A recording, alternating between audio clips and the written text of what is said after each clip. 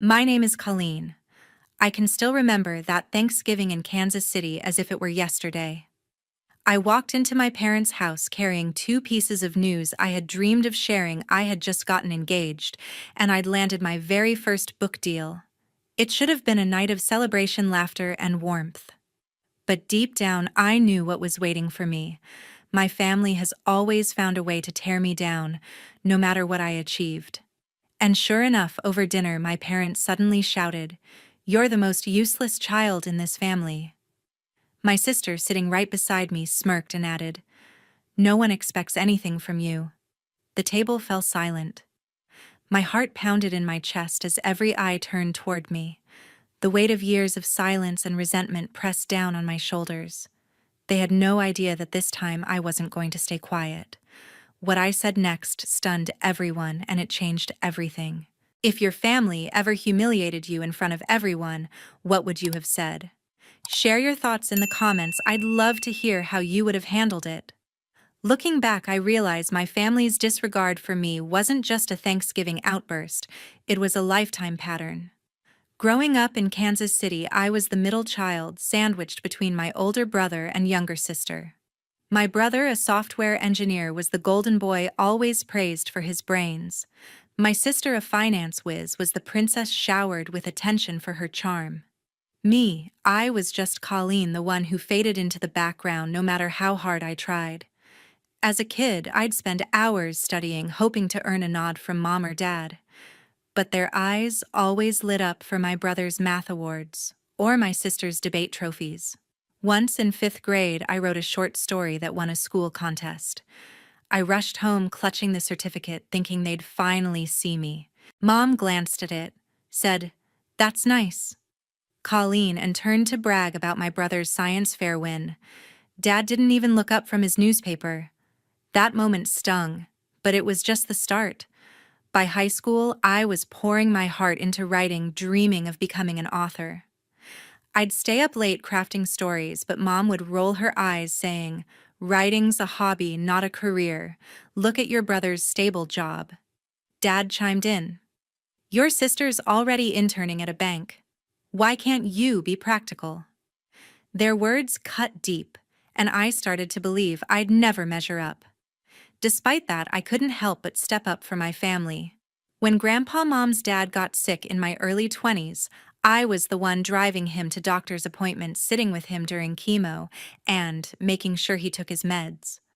My brother was too busy with his tech startup, and my sister claimed her finance job left no time. I didn't mind at first. Grandpa was kind, and I loved his stories about teaching history at the university. But when I mentioned it to Mom, she shrugged. "That's just what families do. No thank you, no recognition." I also took on organizing family events like Dad's 60th birthday party.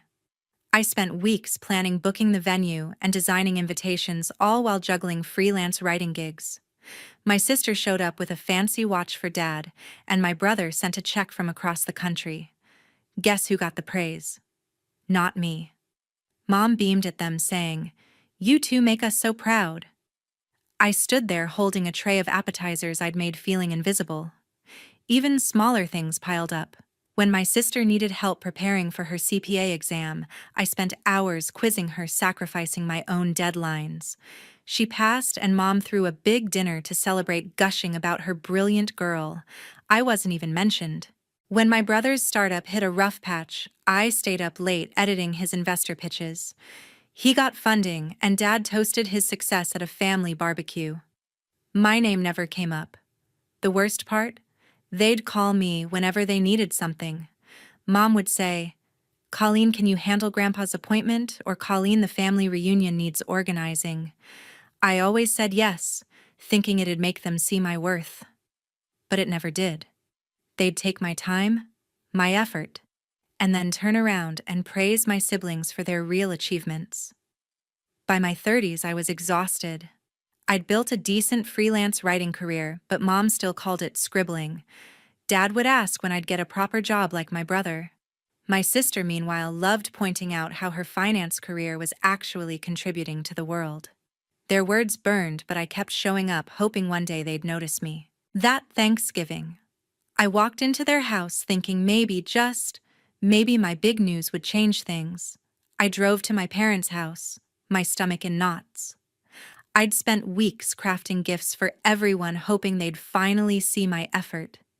In my bag were a hand-stitched table runner for the dining room and a scrapbook filled with family photos I'd painstakingly collected from old albums. I'd stayed up late designing each page, thinking it'd spark some warmth, maybe even a smile. My heart raced with anticipation, but a familiar dread lingered. My family never valued what I did. As I pulled into the driveway, I took a deep breath and stepped out, clutching my gifts. Mom greeted me at the door, her lips pursed.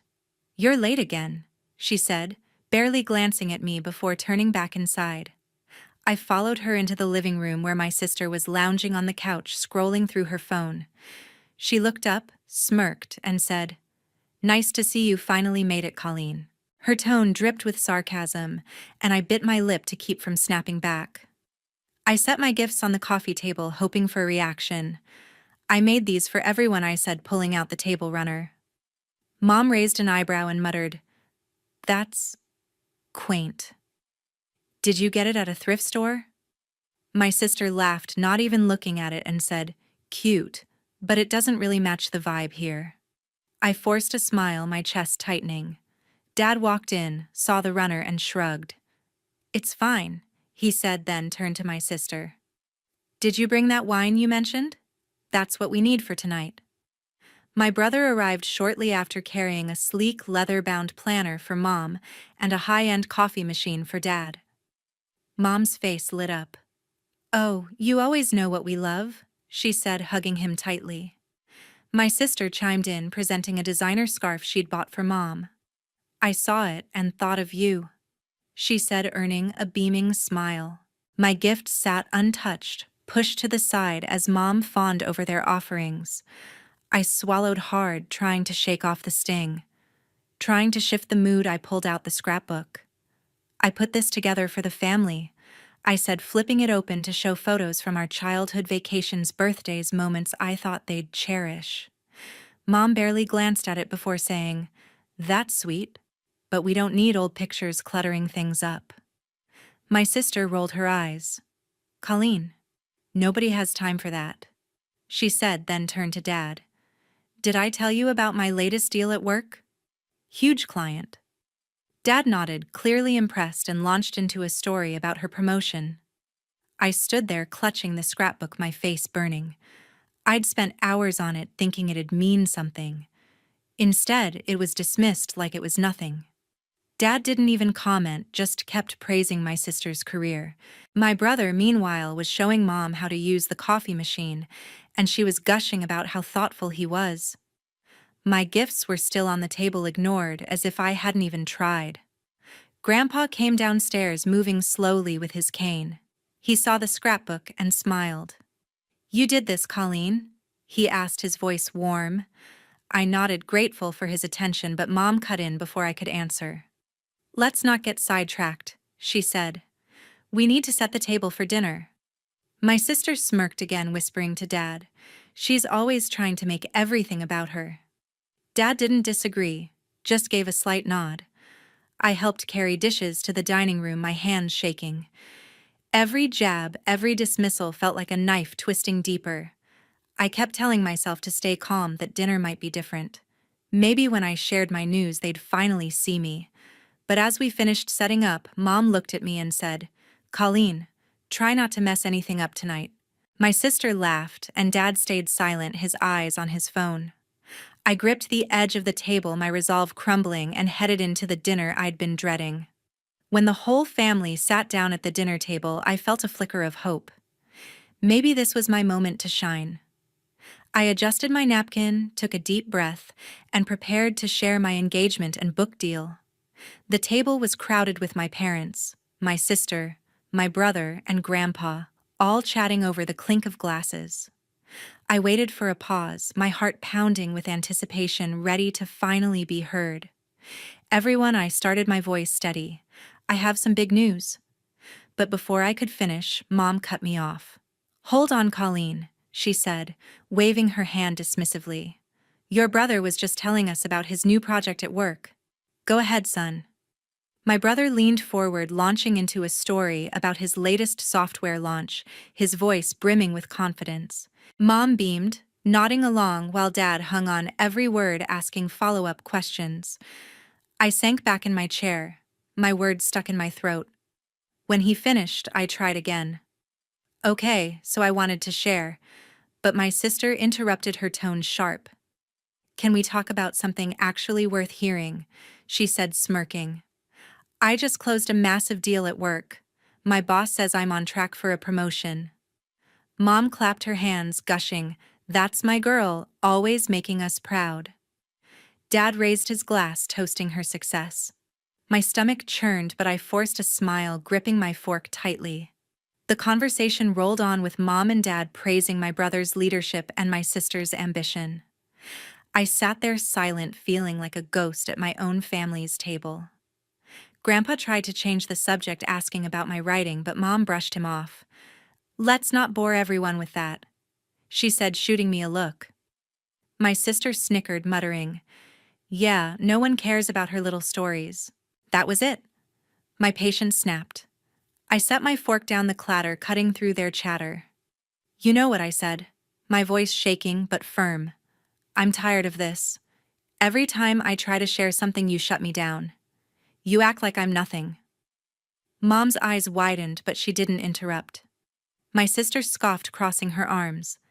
Dad just stared, his mouth slightly open. "I was going to tell you I got engaged," I continued, my voice rising. "And I landed a book deal, a big one. But you don't care. You never have." My sister rolled her eyes, muttering, "Oh, here we go." Mom leaned forward, her tone icy. "Colleen, stop making a scene. You're the most useless child in this family. Always whining, never contributing anything real." My sister nodded, adding, "No one expects anything from you, Colleen. Why would we?" Their words hit like a punch, echoing every doubt I'd carried for years, but instead of shrinking, something inside me roared. I stood up, my chair scraping the floor, and locked eyes with them. "If I'm so useless," I said, my voice steady now, "then stop expecting me to run this family's life. I'm done holding everything together while you tear me apart." The room fell silent. Mom's face paled. My sister's smirk vanished, and Dad looked away, uncomfortable. Even my brother seemed stunned, his usual confidence gone. Grandpa's eyes met mine, a quiet nod of support, but I didn't wait for anyone to respond. My heart was racing, but I felt a strange clarity. I'd finally said it. As I turned to leave, Grandpa's voice cut through the silence. "You should be ashamed," he said, his tone sharp, glaring at Mom and Dad. "Colleen's been nothing but loyal, and you treat her like she's invisible." Mom's face tightened, but she didn't respond. Dad shifted in his seat, avoiding Grandpa's gaze. My sister scoffed, muttering, "Here we go, with the dramatics." I stopped at the doorway, my hands trembling. I couldn't walk away without them knowing the truth. "You think I'm useless?" I said, turning back to face them. "Let me tell you what I've done for this family." My voice was steady, but my heart raced. When Grandpa was sick, I turned down a book deal, a major one, to drive him to every chemo session. I was there. Not you, not my brother, not my sister. Me. Grandpa's eyes softened, but Mom interrupted, her voice cold. "That's your duty as family, Colleen. Don't act like a martyr." My sister smirked, adding, "Yeah, stop fishing for praise." I ignored them and kept going. "And you," I said, pointing at my sister. "Your big 30th birthday party, I spent weeks organizing it, booking the venue, picking your favorite flowers. You didn't even say thank you. You just bragged about your new job while I cleaned up." My sister's face flushed, her smirk gone. "That's ridiculous," she snapped. "I could have hired someone to do that." Dad finally spoke, his voice hesitant. "Colleen, we didn't know. I mean, we appreciated it." But his words felt hollow, and I shook my head. "No, you didn't," I said. "You never do. You praise my brother's tech deals and my sister's promotions, but my efforts? They're nothing to you." Grandpa stood leaning on his cane. She's right, he said, his voice firm. You two? He pointed at Mom and Dad, have always favored the others. Colleen's been the backbone and you've ignored her. Mom's jaw clenched and she snapped. Don't lecture me, Dad. We've done plenty for her. Dad rubbed his temples, muttering, Let's not make this worse. But it was too late. The room erupted into chaos. My sister stood yelling, You're just jealous, Colleen. You're twisting everything to make us look bad. My brother, usually quiet, tried to calm her. Let's talk this out, he said, but his voice was drowned out by Mom's sharp retort. You're ungrateful, she said to me. We gave you everything and this is how you repay us. Dad just sat there looking lost, unable to meet my eyes. I took a step back, my chest tight. I've given everything, I said, my voice breaking. I've sacrificed my time, my career, my peace, and you still call me useless. I'm done. I turned again, ignoring my sister's shouts and Mom's protests. Grandpa called after me. You're enough, Colleen, but I couldn't look back. I grabbed my coat and walked out into the cold Kansas City night. I drove straight to Kristen's apartment, my hands shaking on the wheel. She opened the door before I could knock, her face full of concern. What happened? She asked, pulling me inside. You okay? She asked, her voice gentle but firm. I nodded, though my throat was tight. I just walked out on my family. I said my words heavy. I told them I'm done holding everything together. Kristen sat beside me, her eyes steady. You were brave, Colleen, she said. They've taken you for granted for too long. You don't owe them anything. Her words hit hard, grounding me. I'd known Kristen since college, and she'd always been my rock, the one who saw my worth when my family didn't. I keep thinking maybe I overreacted, I admitted. But I'm so tired of their dismissal. You didn't overreact, Kristen said firmly. They crossed a line. Calling you useless. That's not family, that's cruelty. I took a shaky breath, her words sinking in. I told them about my engagement, my book deal, I said. They didn't even blink. Just kept praising my brother and sister. Kristen shook her head. That's their loss, not yours. You're building an incredible life. They don't get to claim credit for it. My phone lit up again, a text from Mom. Colleen, you're being dramatic. Come back and talk it, Reed. I showed Kristen and she snorted. Dramatic. She's the one who called you useless. Another text came through from my sister. You're making this about you as usual. We didn't mean it like that. I rolled my eyes, my anger flaring. They don't even see what they did wrong, I said.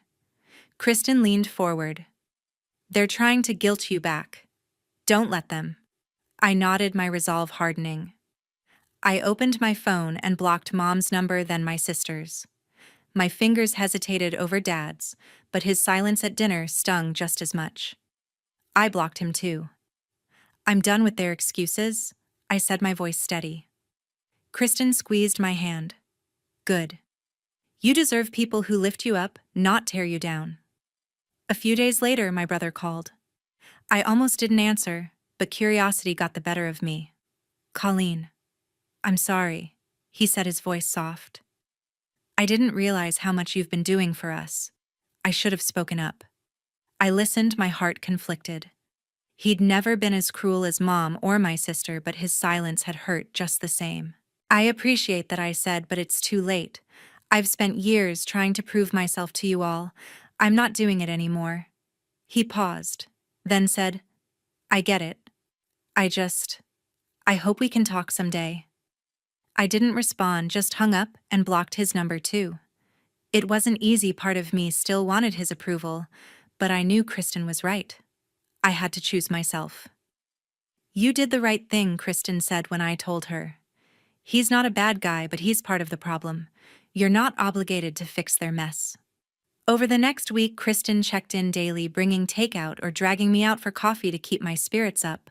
We talked about my engagement, my book deal, and how I wanted to move forward. You've got so much going for you, she said one evening, her voice warm. Focus on that. Let them figure out their own lives. Her support felt like a lifeline, a reminder that I wasn't alone.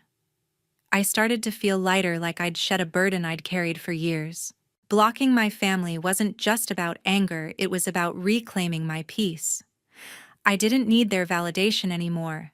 I had Kristen, my fiancé, and my own dreams to chase. For the first time, I believed I could build a life without their shadow. Months after I walked away, I heard whispers about my family's struggles.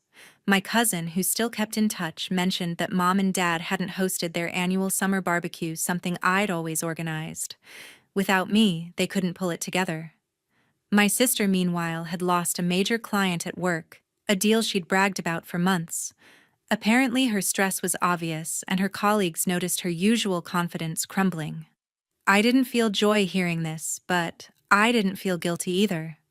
For once, I wasn't the one fixing their messes. I focused on my own life instead. After months of negotiations, I signed a major book deal with a publisher in New York, one that dwarfed the one I'd turned down years ago to care for Grandpa. The advance was enough to change everything. Justin and I sat down one evening, spreadsheets open, and started planning. We could buy a place, he said, his eyes bright with excitement. Somewhere that's ours. I nodded, my heart full. We found a cozy apartment in Kansas City with big windows and a small balcony perfect for morning coffee. Signing the papers felt like a victory, a step toward a future I'd built myself. Kristen was there every step of the way. She helped us pick out furniture, joking about my terrible taste in throw pillows. One night over pizza at our new place, she raised a glass. "To you, Colleen," she said, grinning. "You're killing it." I laughed, clinking my glass against hers. Her support had carried me through the darkest moments, and now we were closer than ever, planning weekly dinners and even a trip to Chicago for a writers' conference she insisted I attend. Grandpa, too, became a constant in my life. I'd visit him every Sunday, bringing takeout and old history books he loved. He'd share stories of his teaching days, his eyes lighting up as we talked. "You're my pride," he told me once, his voice soft. "Don't ever let them make you doubt that." I hugged him tightly, grateful for his unwavering belief in me. He never mentioned Mom or Dad, and I didn't ask. That part of my life was closed. My family's absence left a strange quiet. I'd blocked their numbers, but my cousin's updates painted a picture. Mom was struggling to keep family traditions alive, complaining to relatives about how things fell apart. My sister's career wasn't as invincible as she'd claimed, and she'd stopped posting her usual polished updates online. Dad apparently spent more time in his workshop, avoiding everyone. My brother had reached out once more, leaving a voicemail I didn't return. His apology lingered in my mind, but it wasn't enough to pull me back. I poured my energy into my work. My book, a novel about a woman breaking free from expectations, was gaining buzz even before its release. My editor called one morning, thrilled about early reviews. "This is going to be big, Colleen," she said. I hung up smiling and told Justin the news. He pulled me into a hug, whispering, "I knew you'd do it." We celebrated that night with Kristen, who insisted on popping champagne and toasting to the author who proved them all wrong. Moving into our apartment felt like a fresh start. Justin and I spent weekends decorating, arguing playfully over paint colors. I set up a small office in the corner with a desk by the window where I could write. For the first time, I felt like my life was mine, not defined by my family's judgment or their endless demands. Kristen stopped by, often bringing her infectious energy, and Grandpa's visits filled the place with warmth. I was building a new family, one that saw me for who I was. As I stood on our balcony one evening looking out at the city lights, I realized I was free. My family's struggles weren't my burden anymore. I had Justin, Kristen, Grandpa, and my own strength to carry me forward. The future felt wide open, and I was ready to write my own story. A year after, I stood in a small garden ready to marry Justin. The air was warm, filled with the scent of blooming flowers, and the setting sun cast a golden glow over our handful of guests. I'd chosen a simple white dress, nothing flashy, and Justin looked at me like I was the only person in the world. We'd planned a tiny wedding just the way we wanted, intimate, meaningful hours. Only Kristen and Grandpa sat in the front row, their smiles brighter than the summer sky. Kristen, my maid of honor, adjusted my veil with a grin. "You're stunning," she whispered, her eyes sparkling. I squeezed her hand, grateful for her unwavering presence. Grandpa, in his best suit, leaned on his cane and winked at me. "You've made this old man proud," he said, his voice thick with emotion. I fought back tears, knowing their love was all I needed today. My family, Mom, Dad, my sister, my brother, wasn't invited. I hadn't spoken to them since I blocked their numbers, and I felt no regret. This day was for those who saw my worth. The ceremony was short, but heartfelt. Justin and I exchanged vows we'd written ourselves, promising to build a life of trust and joy.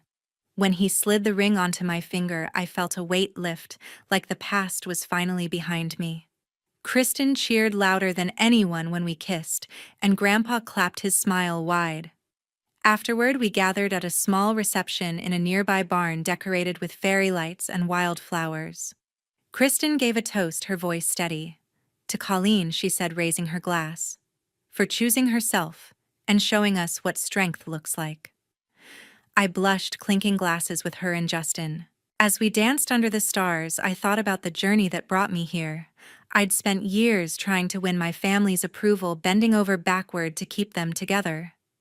But that Thanksgiving, when they called me useless, something shifted. I learned that love shouldn't come with conditions. Setting boundaries wasn't selfish, it was survival. I'd walked away from people who diminished me, and in their place I found those who lifted me up. Kristen, with her fierce loyalty, and Grandpa, with his quiet wisdom, showed me what family could mean. Justin, my partner, reminded me every day that I was enough. My book had launched a few months earlier, climbing bestseller lists. Readers sent letters saying my story about breaking free resonated with them. That success paired with our new apartment and this wedding felt like a dream I'd fought hard to earn. I didn't gloat about my family's struggles, Mom's failed traditions, my sister's lost deal, Dad's withdrawal, or my brother's silence. Their absence no longer hurt. I'd built a life that didn't need their validation. Looking at Justin laughing as he spun me on the dance floor, I felt whole. Kristen joined us, pulling Grandpa into a gentle sway, and we all laughed, the moment perfect. I'd chosen this people who respected me, who saw my heart. That was the lesson I carried now. You don't have to stay where you're not valued. You can walk away, set boundaries, and build something better. It's not easy, but it's worth it. I turned to the camera, knowing this story would reach others. If you've ever felt unseen, I said, my voice clear, know that you're not alone. Choose the people who choose you. Set those boundaries. Your worth isn't defined by those who can't see it. I paused, smiling. And if you've got a story like mine, share it below. Let's lift each other up. With that, I turned back to Justin, ready for the life we'd create together.